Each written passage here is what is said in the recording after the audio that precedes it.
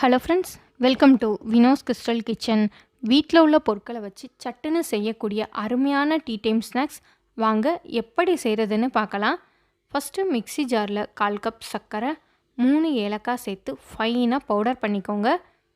2 முட்டையை ஒரு பாத்திரத்தில் சேர்த்துட்டு நல்லா பீட் பண்ணிக்கோங்க. 2 முட்டைக்கு பதிலாக 1 முட்டை 2 டேபிள் ஸ்பூன் பால் சேர்த்து இதே மாதிரி நல்லா பீட் பண்ணதுக்கப்புறமா பொடி பண்ண சர்க்கரையும் சேர்த்து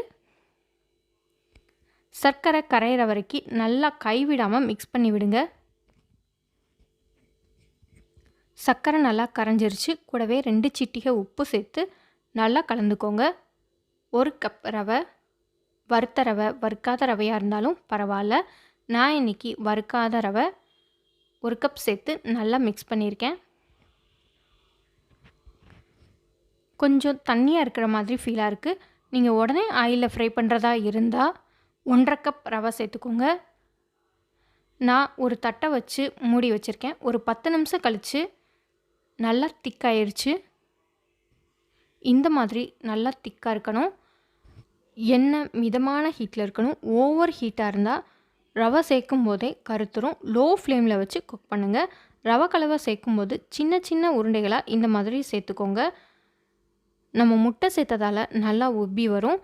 தேங்காய் எண்ணெயில் ஃப்ரை பண்ணால் நல்லா வாசனையாக இருக்கும். நீங்கள் உங்களுக்கு விருப்பப்பட்ட ஆயிலில் ஃப்ரை பண்ணிக்கோங்க. லைட்டாக கலர் சேஞ்ச் ஆனதுக்கப்புறமா திருப்பி விடுங்க.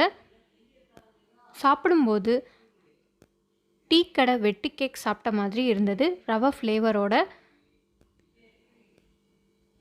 இப்போ நல்லா கலர் சேஞ்ச் ஆகிடுச்சு. ஆயிலில் சலசலப்பு தன்மை அடங்கினதுக்கப்புறமா நம்ம எடுத்துடலாம். வெளியே நல்லா கிறிஸ்பியாகவும் உள்ள சாஃப்டான டீ டைம் ஸ்நாக்ஸ் ரெடி.